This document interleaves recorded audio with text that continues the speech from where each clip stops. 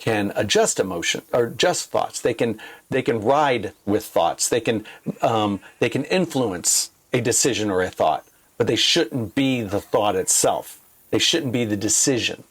The decision, feelings can't decide because they're not thoughts. They're feelings. They're emotions. They're not thoughts. Thoughts are thoughts. Now, sometimes emotions can override thoughts, like a death in the family. You know, you're just all emotional. You know, the thought process is you kind of blank out, whatever, depending on how close the relative is. I get that. That's a different thing altogether. But, you know, I want to go see, I want to go eat Chinese tonight. Well, I want to eat Italian. And then there's an argument? Or what? Fucking dinner? Make your goddamn self a bologna sandwich or some shit. You know, it's just not worth the emotional claptrap that comes along with it. It's just dinner. But take that with everything else, from Friends to your Secret Santa to whatever.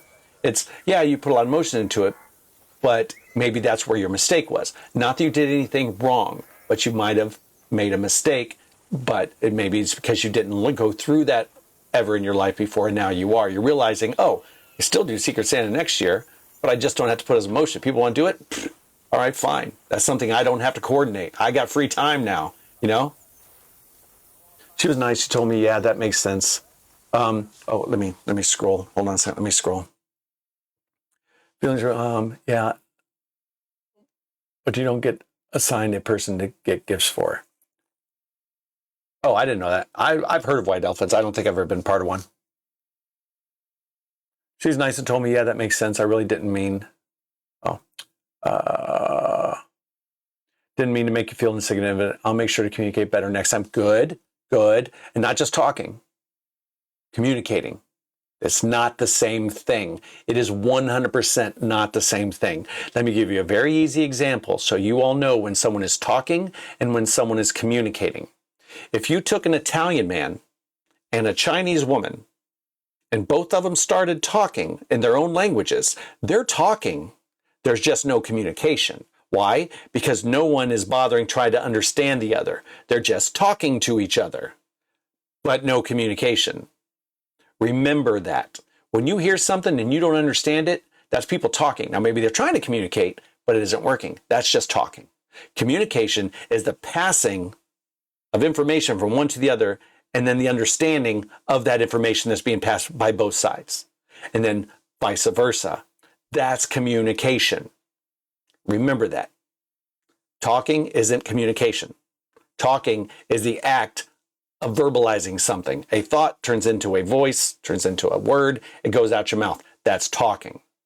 Communication is the understanding of both sides, the passing of information and the understanding of that information. Remember that. Okay. Anyone in the group wanted to make you feel like that? I think everyone's just stressed with holidays and exam season. We all have a lot of love for each other. No, you don't have a lot of love. See, that's the thing that drives me nuts when people say, we have a lot of love for each other. You don't have any fucking love for them. They don't have any love for you. See what I'm saying about emotions getting completely amped up in modern society now with all the electronics and telling us how we should act and how we should reply and stuff? There is no love between you and those people. Love is not what that relationship is. It isn't. I love my kids. I love my spouse, my partner. I love my grandmother and my mother. You know, I loved my 2007 Toyota Tacoma. I really fucking love that truck. I loved that truck so much. I love my dog. Ish. But you don't love your coworker. I mean, tell me this. She says we all love each other. If you walked up to anybody in your class right now and you said, I love you, they would first look at you like you're off your shit. So remember that, the words you use. She's not communicating love here. She's just, those are canned statements that people say to each other because they don't know how to say, hey, we care for each other or we respect each other. Say that. Don't say we love each other. Yeah, don't. I know, maybe it sounds like I'm nitpicking, but words matter. I have said that phrase a million times. That's a lie. I probably said it a good 100 times, but I've said it enough in my life. It's a phrase of mine. Words matter. We have English or whatever language you speak. Use the right words. Because that's where it gets all muddled. Now she's telling you she loves you, like we're friends, like we were close. And the fact is, you really aren't. Are you? You could basically have emotions. I have emotions. I have emotions right now. I'm getting excited about talking about this stuff. But the one thing I don't do is I don't let them control me. I don't let them control, or try like hell to let them not control the words that come out of my mouth or how I make decisions. Remember that. Emotions are fine. You just have to learn to separate them from your thoughts and only allow emotions to influence or to have influence in your thoughts, but they aren't your thoughts. They do not take over. They don't. I wish I didn't have emotions sometimes. Normal life not always be. You're disappointed because you're throwing emotions into your actions. You're throwing emotions into your thoughts. You're letting your emotions ride as driver of your thoughts and your decisions. Just don't do it. It's okay to be excited about doing Secret Santa. There's nothing wrong with being excited about it. But if it goes away, literally, that's it. Yeah, if you think low quality and down-putting thoughts all day, you will get bad feelings. Yes, you do. And these feelings indicate your thoughts are rubbish. Rubbish / yeah, they're not the right thoughts to have. So I'll go with what you're saying there, yeah. It's sad because I think empathy is one of my best qualities, but also I wish I never had so much. Dude, empathy has a place, and it is not in normal daily life. It isn't. You don't have to have empathy for your fucking cat or the guy next to you that's having a hard time with his wife at work, or you're a fellow student and you find out that they're struggling, making their next tuition payment. You can have some empathy, but it just needs to stay as a normal reaction to a situation where you feel for the other person. But don't start throwing emotions in there. Empathy is its own emotion, and it can stand all by itself. It's allowed to stand by itself. It should stand by itself. Then if something else needs to come in, let that come in. Push empathy to the side because you already feel it. You don't need to entertain or that doesn't have to be a writing factor anymore. Then you're in helping mode. That's where you need to think logically and you need to help them. You're allowed to think logically. Think like a fucking robot and still care for the person you're caring for. You're allowed to do that. You just are. You can separate your emotions from your thoughts. You should. Everyone should, to be quite honest with you. It's sad because I think empathy is one of my best qualities. My well-being ain't tied to somebody's apologizing or not. Oh, I don't demand apologies. I demand people don't apologize. I want actions over words. I've heard apologies. You're forced to give an apology if you want to continue going to this school, if you did something heinously wrong. You have to give a public apology if you're a politician, all that bullshit. It's all just somebody's making you write a form letter and submitting it. That's not how things should really work. No, whenever my son apologizes or my spouse, I'm not joking. Every single time I do one of two things. I said, stop apologizing. You have nothing to apologize for. You didn't do anything wrong. Or second, so what are you apologizing for? I make them say it out loud. I make them communicate. And almost 9 times out of 10, what they're apologizing for isn't really what they did wrong. It's try it. Try it on people that you trust. Somebody apologizes. What are you apologizing for? I don't know. I just thought it was time to apologize. Then don't fucking apologize. I'm not joking. Try it. It's crazy. Once you start really realizing what an apology is, it is a canned statement to stop whatever situation is causing uncomfortability. It really never does solve the problem. Apologies don't do shit. They really don't, man. It's like it's what it's supposed to be. An apology is supposed to be a verbal recognition that you screwed up and that you are sorry for what you did, that you hold regret for the actions or the hurt that you caused on someone else. That should be normal anyways. Nobody needs an apology for that. If you're just a normal human being and you're a kind person, it's going to be known if you're sorry for something. What I want to see is action. I want to see you change your behavior so you don't do that again. So just don't fucking do it again. We're good. Seriously. My well-being ain't tied to some, yeah. Yep. Or not, doesn't make sense. I agree with you, Epi. Yep. I didn't really feel the love. If I was dying tomorrow, ain't nobody in that class. See, that's right. And that's not to get you to be upset at yourself, Biscuit. It's to make you put everybody in their place, where they belong in your life. Student don't love you. They're just a student, man. And the only reason why they say that is because they're close by and they want their vicinity, they want their bubble, their influence to be calm. They want it to not have any drama. So of course I love everybody. I love you all very much. Basically what I'm saying is, I don't want you guys to fuck with my life. Make my life nice and calm and happy. I love you guys very much. That's exactly what that's saying. Yeah, I'm going to be nice to you guys. Love ya.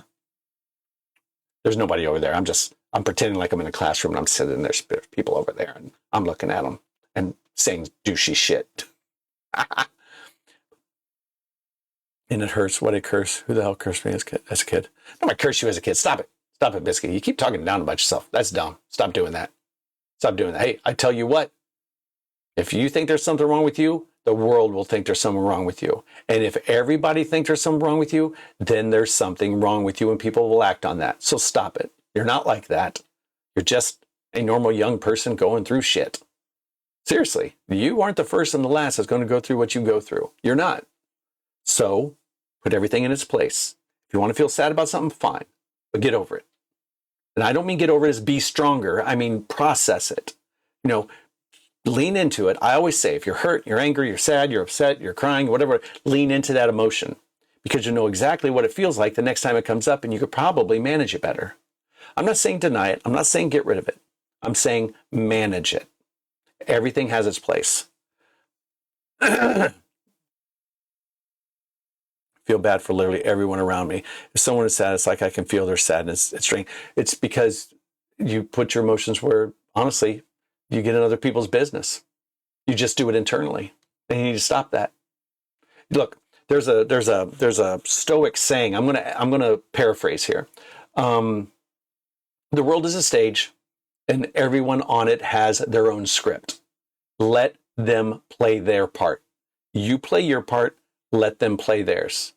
Let them read from their own script and let them act their own role. That's not your job. Your job is your role. You have your role, and you have, when you're on stage, that's your time. And when you're not, just leave them to it. Just leave them to it. In other words, what phrase came out a couple of years ago? Just let them. You see that kind of cycled through like 2 years ago, a year or so ago. Just let them. Somebody wants to be a dick, let them. I mean, obviously, there's a balance to that. You don't just let everybody do everything in front of you. You know, you have to call out people sooner or later. But generally speaking, if somebody's feeling sad, let them. They have a right to feel sad.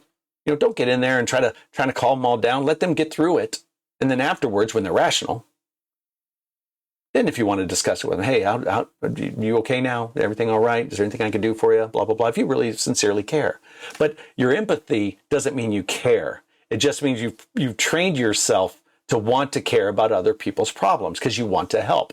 Well, that's fine. Helping is fantastic, but it doesn't require empathy to help. Empathy should only be there to identify that there's something wrong and you understand, you feel, they feel. But it doesn't mean you just start jumping into that rabbit hole of feelings and emotions. That's not your place. You know, your place is to be logical because they're possibly not being logical. So if you're there and you're close and you want to support them, you be the logical person. Don't be the over empathetic person that's basically diving knee deep into the quagmire of their emotional distress. You stay logical. You stay the anchor, the lighthouse, whatever euphemism or metaphor or whatever you want to use. Seriously, control. There's always control about it. So that's right. Apologies are great if you know what you're apologizing for. Told us he loved us. I'm telling you, Biscuit, you're going to start seeing it. The stuff I tell you, you might not believe all of it. You might not agree with all, which is fine. It's fine. Fine. You do your way. But you're going to see it. Some of these things I'm telling you, you're going to start seeing it, and you're going to come back and you're going to hate. My partner hates me because she hates people now.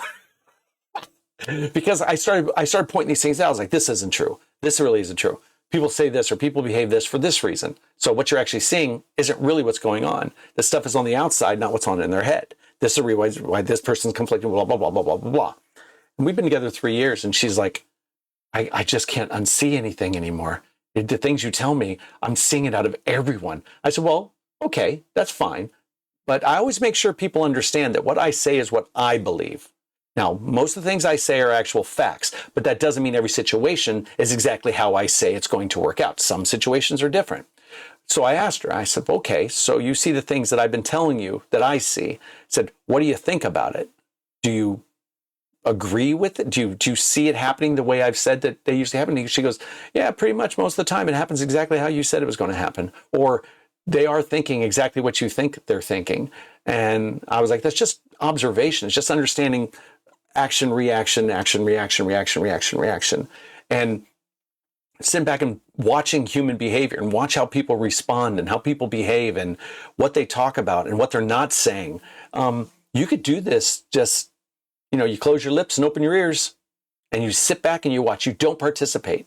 Do your best. If you ever go to a party, any of you that's listening right now, if you ever go to a party or ever go to a friend's house, if you could be very natural about it and people don't get thrown off guard by it, try to be as quiet as possible. Try not to interact as much. If they say, hey, is everything all right? Say, oh, I'm just chilling. I am happy. You guys go ahead and talk. I am loving my internal silence. Say whatever you need to and sit back and disengage and watch. Watch how Betty talks to Bob. But Betty is not Bob's girlfriend, Janet. And Janet's sitting next to Bob. And Janet's watching Betty. And you're like, oh, there's something going on there. Janet's not happy about Betty. Betty's talking about this. You see, you just start seeing things. And it's just crazy, fucking crazy how you'll start realizing what's really going on. And most people, once you stay quiet and you don't engage, you're going to find most people just talk about absolute utter bullshit. There's nothing on their fucking minds whatsoever because they're trained to not talk about the real problems, the real things. Like you did with Besky, nobody's going to come up to you and say they don't want to do Santa. They wait till you get hurt, they feel bad, then they react and respond. But they don't just come up to you at the beginning and say, I'm sorry, look, they got the white horse thing going on. I really can't afford, or, I really can't participate in two things. So white elephant came first, so I'm going to do white elephant. And I'm sorry about the Santa thing. Maybe, if you want, I'll help you plan it next year. You're seeing a real world example of that right now. People just don't communicate. Sit back and watch. People don't talk about the real shit. They only talk about the crap that makes them feels happy. There's a way to kind of separate yourself from your heavy thoughts and feelings. Take them like storm clouds that pass. Yeah, they are. Don't dwell in them. Don't ruminate. Don't dwell in them. But I'm autistic, so actually say, hey, look, I got ADHD and cyclothymia. Supposedly I'm on the spectrum, but the military helped me a lot. You can get past your autism. You can get past any ADHD. You can get past. I'm not saying it goes away. I'm saying that you can make it so it isn't the overriding decision maker. I did military for 23 years. Every problem I have in life, every single problem I have in life is relationship based. On my spouse, my 2 ex-wives, my children, my co-workers, you name it. Everything else in life, I do great. Boy, when I have to interact with humans, I have to be careful. Because I'm never rude or disrespectful. I'm nice, but I've had people walk all over me. I've forgotten certain things that people depend on me. I got a thing.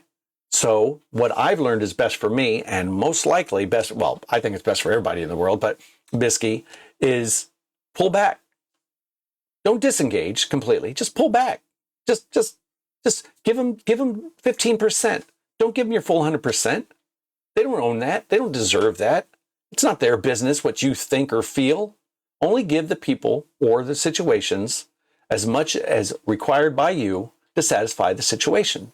If you give all to everything, you're going to tire out. You're going to see that the earth and humans aren't fucking responding the way you want to.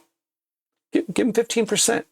Seriously, try it. Starting like slowly start dwindling down your communications with people. I'm just saying not do it now, but here's an exercise.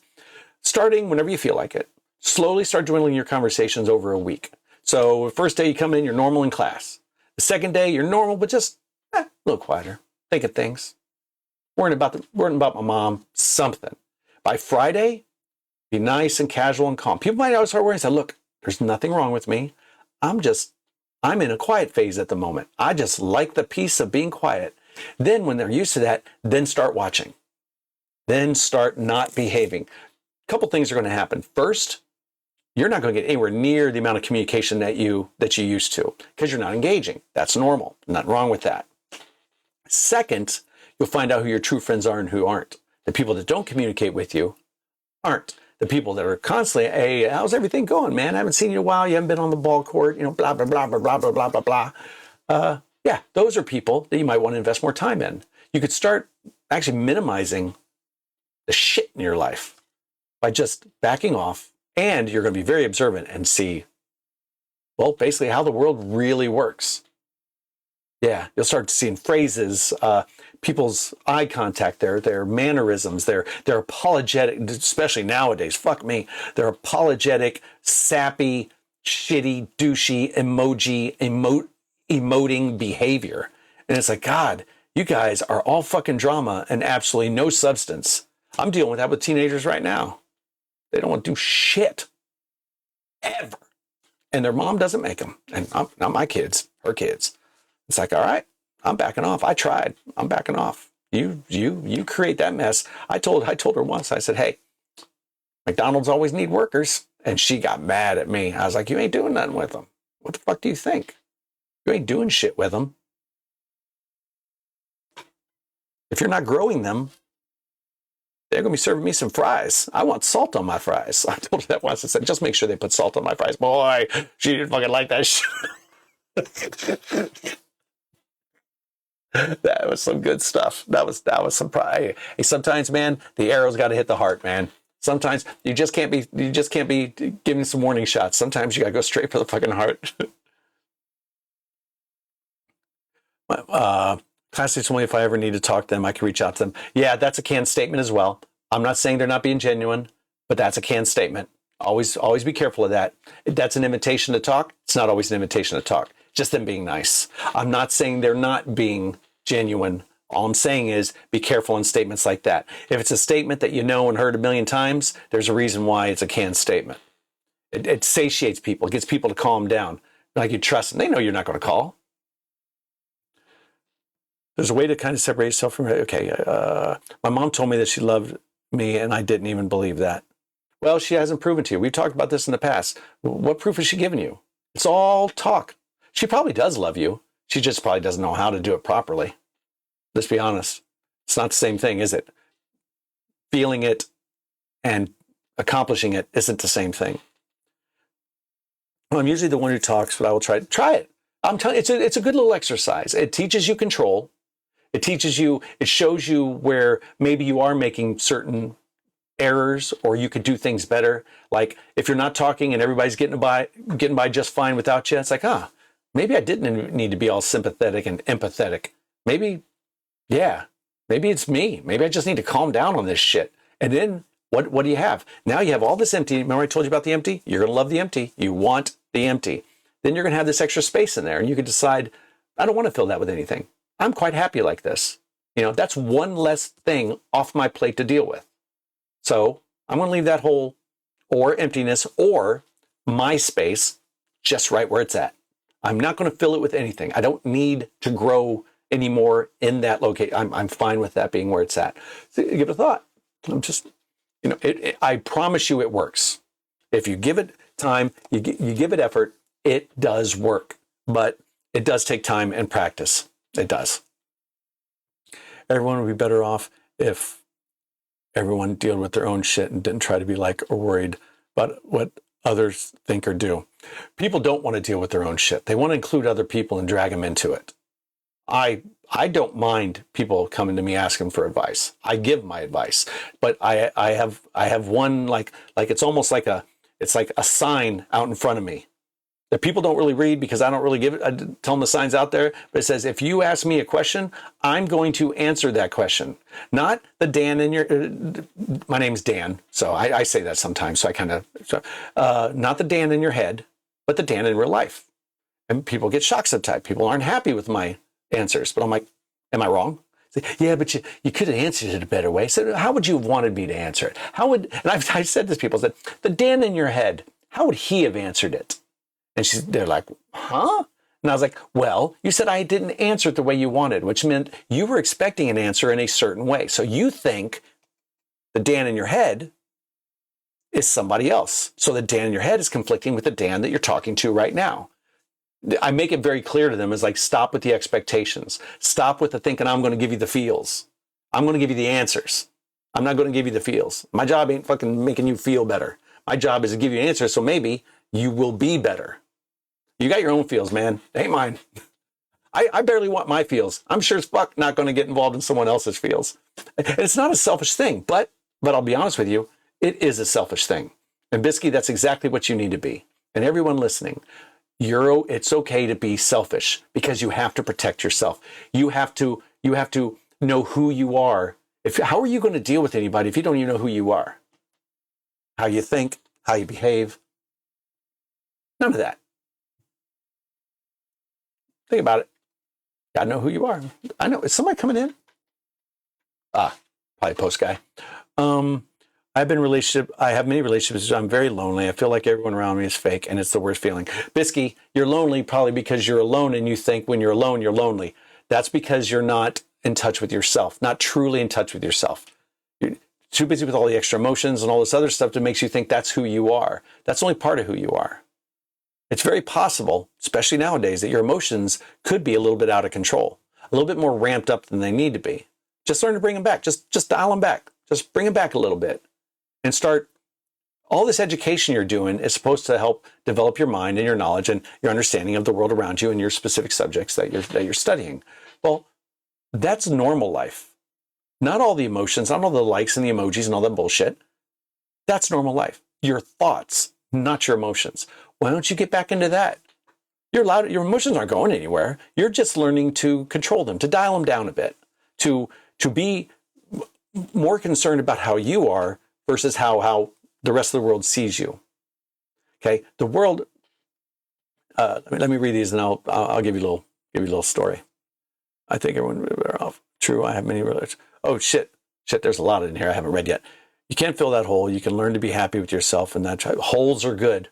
Holes in your life, holes in your body, holes in your mind, holes in your heart. Fantastic. Have as much empty space as you possibly can in life, because that's your space, and it shouldn't be taken up by other people's shit. And once you start deleting everybody's shit from your space, you're going to realize you're very empty. And that's where you want to be. Because when you're empty, that means you have whatever space you need for whatever situation, you have the room for it, both emotionally and physically. Emptiness, telling you, if I had to create a fucking religion, it'd be called the religion of emptiness. Just delete it all. Get it all out of your mind. Just telling you, fucking works. So what am I supposed to do? I was never going to, okay, I did an experiment. I didn't reach out to anyone. And so far it's been 3 weeks and my 2 friends didn't reach out yet. All right. If it's been 2 weeks and they haven't reached out to you, that's where you have to start deciding what kind of friend are they? Are they still friends? If so, what type of friend are they? Are they the casual friend? Are they the periodic every once in a while friend? Are they the friend that might have problems and doesn't have enough time for you? That's completely fair. There's nothing wrong with that. It's okay if friends don't have time for you at the moment. There's nothing wrong. You don't have time for them. For 2 weeks, you didn't call them. Yeah, you did as an experiment, but whatever. But if they're so quick to not ever talk to you and you not talk to them, even if experimental, then if you had a true friend, a really true friend, one that you knew in your heart and your head was a true, proper true friend, like there was no doubt in the world they'd be there, middle of the night at the hospital for you, or dragging your frozen cold ass out of the water because they dived in to save you. That you don't have to worry about doing experiments on because they're your friends. All these other people that you do experiments on, you probably already knew they,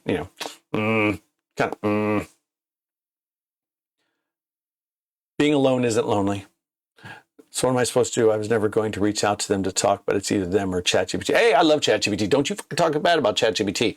I'm a Plus member, but I don't talk to ChatGPT like it's a real human being. I mean, I talk to it like it can talk back to me in a human way, but no, it's not a friend. Why do you think people reached out to apologize or check up on me? Might be genuine. Well, you have to see them in class, don't you? Look, I can't tell you why they did it, but I can give you some reasons. Maybe they were genuinely upset that they upset you. Maybe they realized they fucked up and they should have done it better. Or a little bit of everything. One of it definitely is if you have to see them in class, they don't want an uncomfortable class. So they're going to try to settle it down to make you calm, to make you satiated, so the class is normal again and they can get by without having a girl cry in class. Again, nothing wrong with that, but why do you care? Honestly, why do you give a shit? That's the question. It's an open-ended question that I think you should use with everything. Absolutely everything you do in life, from what tin of peaches you want to buy to anything else in life. Why do you give a shit? Do you need to give a shit? Chances are, the vast majority of the time, the answer is no. You don't need to give a shit, and you shouldn't give a shit. I'm not joking. I'm absolutely not joking. My life is full of emotion. It's full of fun. It's full of love. It's full of hate, full of anger, full of... But it's full of all of it. I just don't let it in. I really do my best. I'm not perfect, but I do my best to keep my life as minimal as possible. So when shit does hit the fan, I'm ready. Or when great things happen, I'm ready to absorb it all because I have all that space that's waiting for it. But I'm not lonely because I'm alone, and I'm not empty because I don't have anything in me. Do you understand? An empty vessel can be filled up with anything you want. So why would you fill it up with everybody else's shit? People reach out. It might be genuine, but I wonder if they just don't want conflict. That's it. I mean, there's more to it, but that's one of them, 100%. Saying class things are pretty quiet and awkward. This might sound narcissistic, but most of the jokes come from me. So it's really awkward. I'm silent. Yeah, that's your nature, man. That was my nature too. Life of the party. I cracked the jokes. You know, I made sure everybody was happy and stuff because I wanted that force field up so people didn't get too close to me. So I projected out the humor and I projected out the fun and the happiness and the giving and the supporting. But now I do none of that. I left my friends back when I sold my house over a year ago. I had a really solid set of friends that I really called friends that lived nearby. There was about 6 families, and we all got together. We were all lovely towards each other. There was no gossiping. I made sure that if I heard anybody start gossiping, I fucking attacked it. I said, nope, that's not how we do things. That's not how we do things. And it was good. I wasn't like I didn't, control everything, but I made sure that we stayed adults. Nobody did childish bullshit. But when I sold my house and moved in with my partner about 45 minutes away, I think they reached out like twice in the past year. It's not what humans do. And I'd still consider them friendly, maybe my friends kind of people, but nah. So, I mean, obviously their life is fine without me. My life is fine without them. I don't hold anything against them. To be quite honest with you, I never did. That's fine if you don't want to talk to me. That means less drama I got to fucking deal with. Why do you want to talk to me? I mean, is there something missing in your life? It's not me. You might think it's me because you have memories and I haven't been around and you want to see how I'm doing, but I'll be fine. You know, if I'm interested, I'll contact you. But the same with them. They weren't interested in contacting me, so they didn't. I have no emotional bullshit whatsoever about that. I could care less because they live their own lives, man. They got kids, they got families they got to deal with. I generally feel a horrific feeling in my stomach. Sometimes it feels so empty. Like no one cares. I have no friends. If no one cares about you and you have no friends and no one to talk to, then you have all the time in the world to really discover who you really are. You keep wanting all this external validation, all these people telling you that you're good, that you're valuable, but you already are valuable. You don't need them to tell you that. Seriously, you don't need them at all to tell you all that. If you're a good person, why would you have it? If you already know you're a good person, or if you think you're not because of how other people treat you, then you really haven't talked to yourself lately. The biscuit inside that's confident, you've got her locked up in a cage. You need to let that cage. You need to open up that cage. Just stop caring about what the world thinks of you. That's a good transition in my little story. All right. So what I want everybody to do at their earliest convenience, I want them to look out their window. And as they look out their window, I want them to see that pigeon that's up on top of the roof or the bird that's over in the tree. That bird don't give a flying fuck about you. That bird probably doesn't even know you exist. Hell, the tree doesn't even know you exist, but it's a living thing and it's right there. You could touch it and might not even know you're there. The people walking down the road don't give 2 fucks about you. The clouds don't even know you exist. They're not even sentient. The air, the bush, hell, your fucking plant in your house doesn't know you exist. Could give 2 shits about you. It lives or dies, doesn't care who feeds it, Just as long as it gets fed. It doesn't wither when your mom does it or you do it or your dad does it. As long as it gets fed properly, it stays alive. Now let's go past those clouds that I talked about earlier. Let's go to the moon. The moon doesn't know you exist. Doesn't give two shits. Let's go past that to the planets in our solar system and our sun. Let's go past our solar system. Let's go out into the galaxy. And let's go past that into the universe and past that into the other universes or what the fuck ever. Everyone here, every single person, every single thing is unbelievably insignificant and unimportant. Now, once you really truly take that in, once you truly realize that everything you do and everything you are is unbelievably unimportant, the rocks that you walk on underneath your feet will live millions, if not billions of years, depending on plate tectonics, longer than you. You are just a speck. You aren't even a memory in the earth. So once you realize just how insignificant you are, now you're empty. Now only fill it with the stuff that makes you significant. Not other people's opinions, not other people's bullshit about you, not their thoughts, not their emotions. Just you, fill it with you. You are an empty vessel. And the only thing, Biscuit, I think lately you've been filling yourself with is doubt and fear and anger and frustration and sadness because you think the world doesn't acknowledge you. Personally, God, I would love it if the world stopped acknowledging me. I don't need the world to get by. I am so happy in my own company. I don't need all of that shit. I just don't. Something to think about. Something to think about. Literally nothing. There's 8.5 billion people on this planet. Not a goddamn one of them, maybe on one hand, gives a shit about you. Now think about that. It's truly think about that. Personally, I consider that a blessing because that gives me all the opportunity for me to make me my way. Not let the world make me how they see me. The world can fuck themselves. Think about it.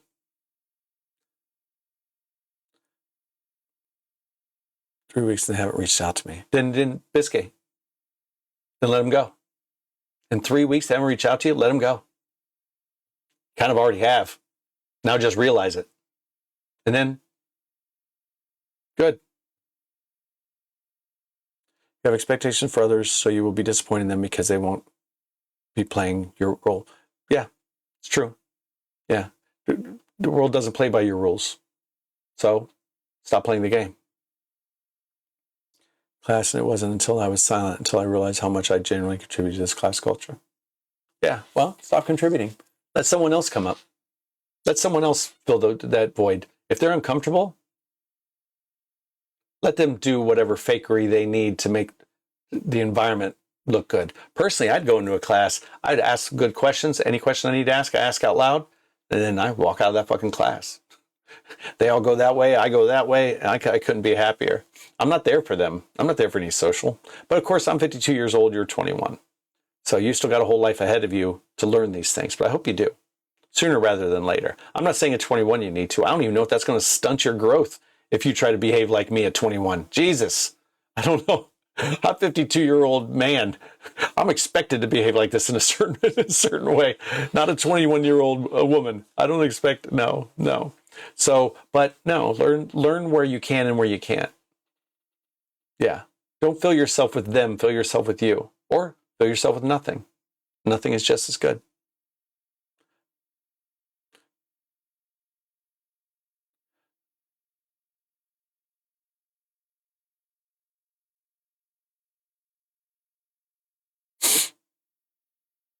Well, what your mom is doing is she wants you to focus on your career because she wants you to finish your education.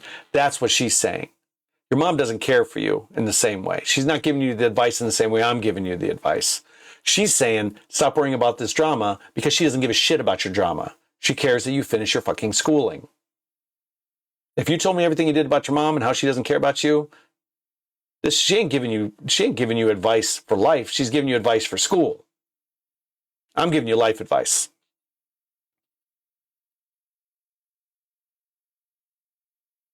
You're not developing this. Are you kidding me? As far as I'm concerned, you got the same teenage angst that every 14-year-old girl has.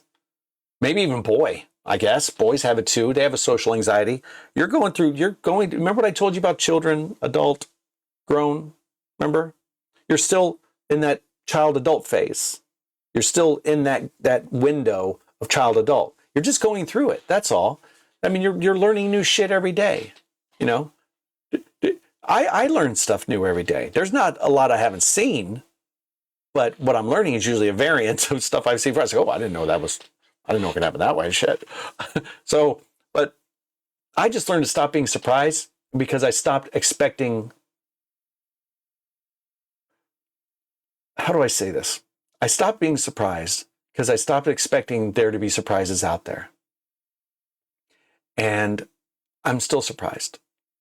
Some of the time. Not all the time. Most of the time, I'm absolutely not surprised by things. I mean, things are curious. It's like, oh, I didn't know that. But that doesn't mean I'm surprised by it. It just means like, oh, now I know something new.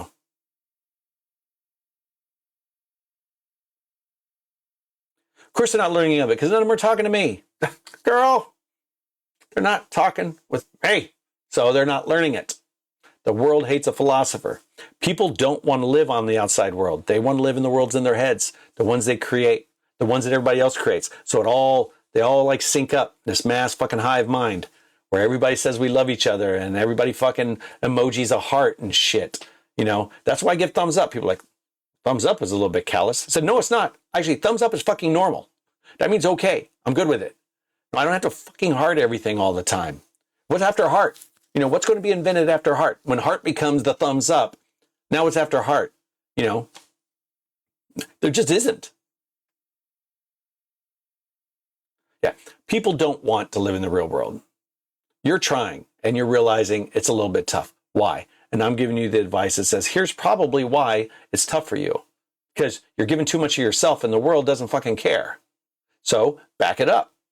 Simple. There's 2 or 3 sentences that pretty much summarize this whole conversation. Just back it up. Just stop giving as much. You don't need to give as much. The world isn't asking for you to give as much. So don't. That's why when you didn't talk to your friends for 2 weeks, they didn't talk to you back. That's why after you stopped cracking jokes, nobody else was cracking jokes. The world ain't asking for you. It's okay to give yourself some because everybody else does. But the world isn't wanting you. The world ain't wanting me. The world doesn't want Epi. The world can give a shit. I mean, it just does. It doesn't.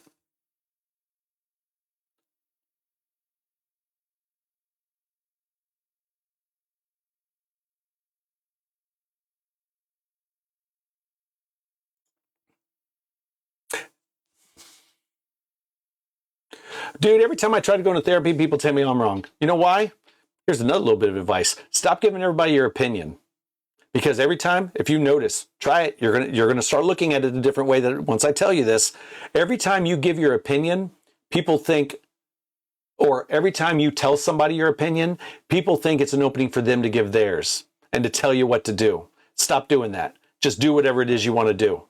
If you need an opinion because you aren't sure the right direction, then you're specifically asking someone. But if you just said, you know, I got this, let me give you an example. Yeah, I've got this kite. I'm going to make a kite so I can go fly it out in the wind. Yeah, but I'm thinking I'm going to make about a 3-foot tail on it. Anybody else knows about kites? They're going to give you their fucking opinion. Well, I think you should do a 2-foot tail because the winds are only going to be 16 knots and blah, blah, blah, blah, blah. I was like, bitch, I wasn't fucking asking for your opinion. I'm doing a 3-foot fucking tail. See what I'm saying? Watch it. Next time, do it. Do it as an experiment. Find something that you're really actually curious about and you want to ask a question. Or, no, I take that back. You want to do something. So you already got it planned out what you're going to do. Then go tell somebody what it is you're going to do. Don't ask them their opinion. Just say, yeah, I'm about to go do this and I'm going to do it. I'm going to do it this way.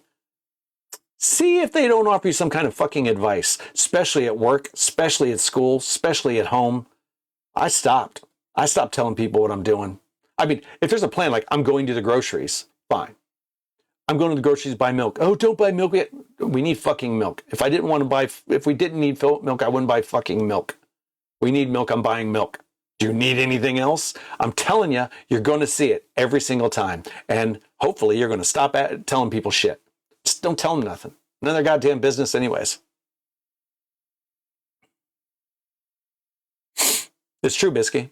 This all goes back to, yeah. See, I don't know why you're paying for a therapist. You got me now. That's exactly what I said, man. You expect too much out of them. Just stop. told me I have social anxiety and it's probably connected to my childhood experience of bullying. Oh, see, I've never been bullied. I was never the uber popular kid, but I was never bullied. Yeah, if you got social anxiety and you press out on people like that, I wonder why that is. It because you think that because you're missing friends that that's what you need? And it could very well be. That's a very natural thing to think. That's a natural way of thinking. Oh, well, damn it, go to therapy. I've been to therapy. I love therapy. Man, you pay people to sit there and take all your shit. God, that's a service. That should be damn government mandated. Everybody should be in fucking therapy. I love therapy, man. I love going and just talking about my shit, talking about my opinions about stuff, why I hate humans. I'll do it. I'll do it. If I can afford it, I do it all the time.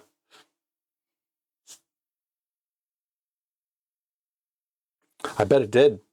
I bet it did. There's a lot of people that are stuck in childhood. You know, a close friend of mine, their therapist told them that, and they didn't realize they were stuck. And when the trauma happened, a lot of adults get stuck in that childhood phase of when the trauma happened and they can't come out of it. Maybe you need to identify that. Maybe you need to identify the age at which you were traumatized or age span, and then talk to your therapist and have an idea, you know, run a thought process through with them, run an idea train through them, and see if maybe that's where you're at. It's highly possible. There are a lot of adults out there that are just children in adult bodies doing adult things, but they're still children. And I'm not trying to insult them or anything. I just wish they were better aware of themselves, more mindful of their behaviors and why. But most people aren't.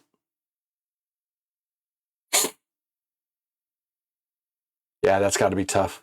My son was bullied for first 2 years he was at his school. And yeah, it's not a positive thing. Not a positive thing at all.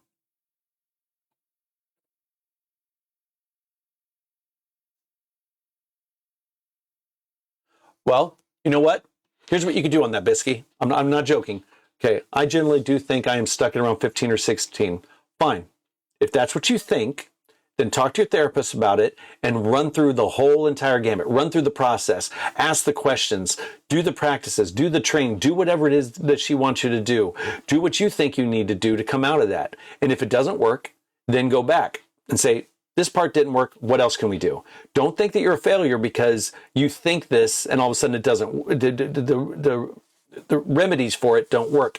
That's fine. It's a process. You're troubleshooting right now. If you think that, go talk to your therapist about it. Be straightforward with it and see what she thinks. And then find out if there's a way that you can start working on it. There's nothing embarrassing about that at all. You're allowed to fail as long as you stand up while you're failing. Just don't fall down. It's true. Go ahead and fail. Go ahead and run these experiments with yourself. Be your own lab monkey when it comes to your mental health. There's nothing wrong with that. I mean, make sure you do it with a licensed therapist or, you know, someone magnificent and amazing like myself. I'm more than willing to help you through this. But yeah, it's okay. It's brave and right to experiment, to try something out. And if it doesn't work, then try something. I did electronics and electronics technician for 30 years. You don't believe I haven't pushed a button and something damn near exploded. You try and you try and you try. And sometimes you fail, and most of the times you won't, though. Most of the times you will succeed. Never be afraid of failure. Be afraid of not trying. I think that was actually one, too. That's a quote from somebody. Yeah. Yeah. The biggest failure is not trying, I think. I think that's it. The greatest failure is not trying. Yeah, something like that. Never ends. The bullying was so bad that I thought about taking my life a lot. Jesus, man. Yeah, that's... Dude, my son, I thought... I was scared for him. I really thought that the bullying that he had, he wouldn't wash his hair. He didn't take baths. He really was running in a cycle. But I found out that he had, like you, he was made of greater stuff. You know, he was made of stronger stuff, and he got through it. Now he's fine in school, and the same kids don't really fuck with him anymore. It's because they were just dickhead little seventh graders and eighth graders, and some a little in ninth grade. But now he's in 10th grade, man. They don't fuck around with him no more, man. Actually, the one thing my son always did was he would punch back. I told him square. I said, never, ever throw the first punch. Just make sure you throw the last one, period. And I said, if ever this happens and it is found out that you didn't throw the first punch, I will be standing there in front of the fucking principal, the headmaster at your school, and I will mandate that that they don't kick you out or anything like that, that you get no trouble. You're just defending yourself, and that's authorized. I will absolutely be your fucking champion. And he knew it. He knew I would, man. I don't mess about with that. Don't throw a fight. Don't throw a punch first. Nope, that's you starting a fight. Just make sure you throw the last one. He had to once. One kid came up to him, kept bumping him in the hall. He just slugged him right in the arm. Fucking, he didn't punch him in the face. Slugged him right in the arm, man. That kid literally fell to the ground. He was hurting. I said, dude, what happened to the kid? Oh, he was hurting, and he started crying shit. So what'd you do? So I just walked away. Said, anything happened? Said, nope. He never bumped me again. I was like, that's what I'm fucking talking about. Because he didn't throw the first punch, did he? No, that other kid kept being physical with him, so he got him back. Now, I'm not about violence, but it does have a purpose. Like everything else in life, it does have a function.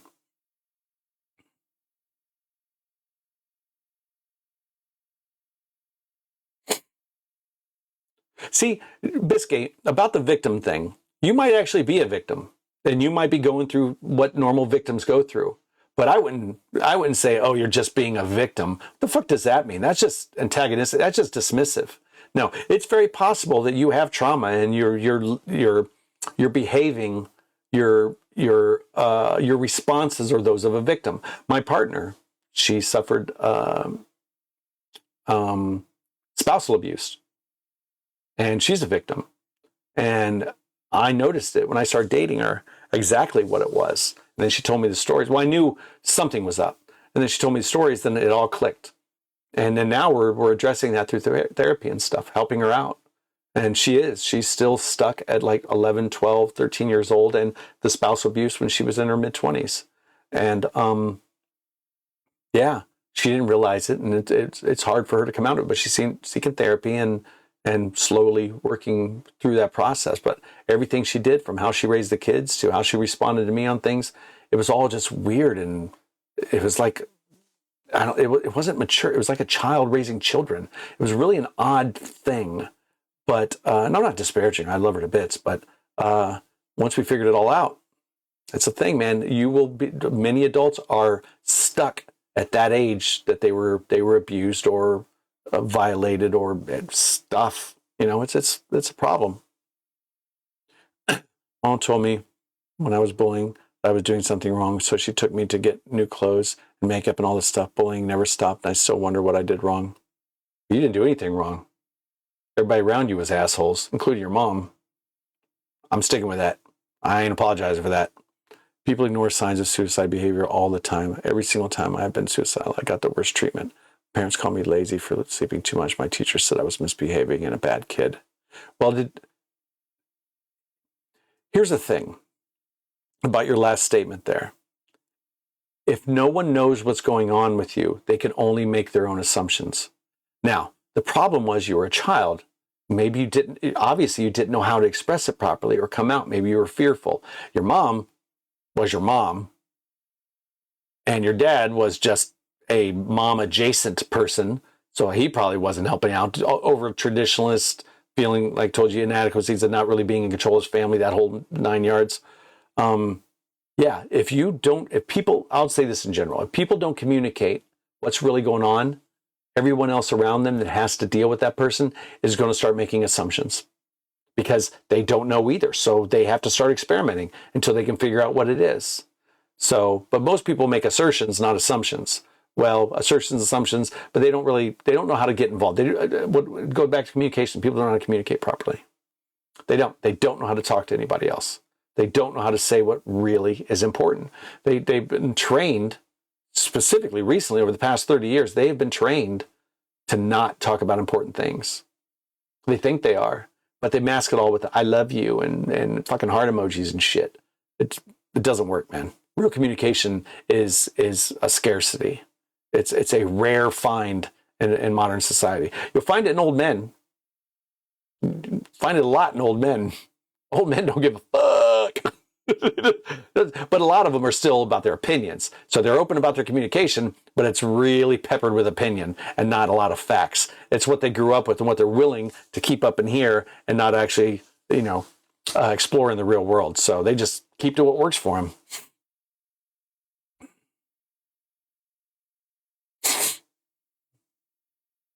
Did you go to school in Canada or India? Where did you end up going to school at? Because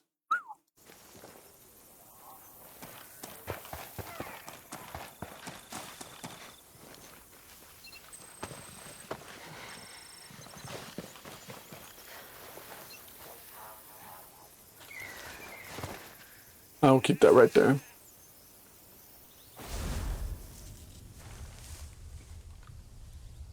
Canada, okay. Huge suicide spike in COVID, so the teachers did this mental health campaign where they would ask us once if we're okay, and that's it. They were ticking boxes. That's what they were doing. I'll be right back. I got to use the toilet real quick. I'll be right back.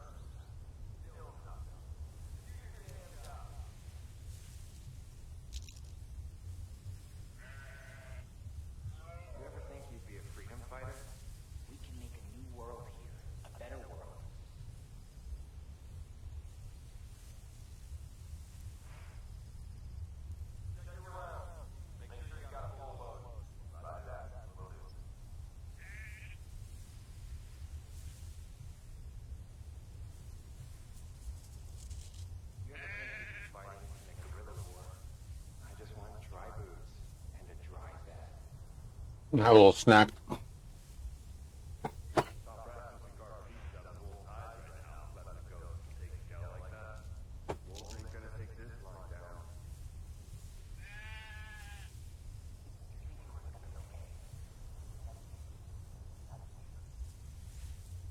Uh-oh.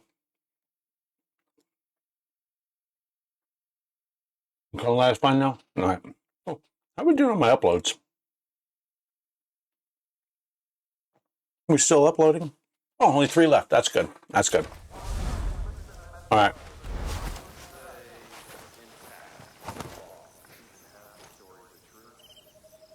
Hello, everybody. Is this a trap?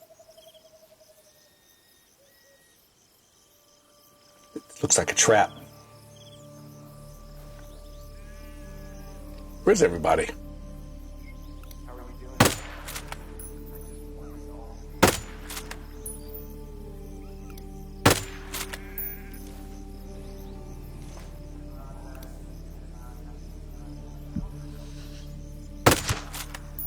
Sweet shot, Ghost Lead. There's another question mark. There it is. On your toes. We got hostiles nearby. Nice. The bad guy over there.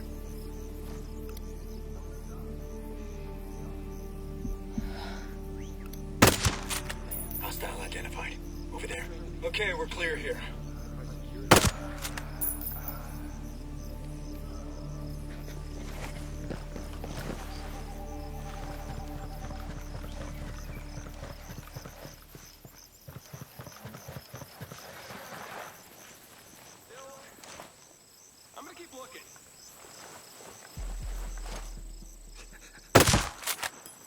all day, baby.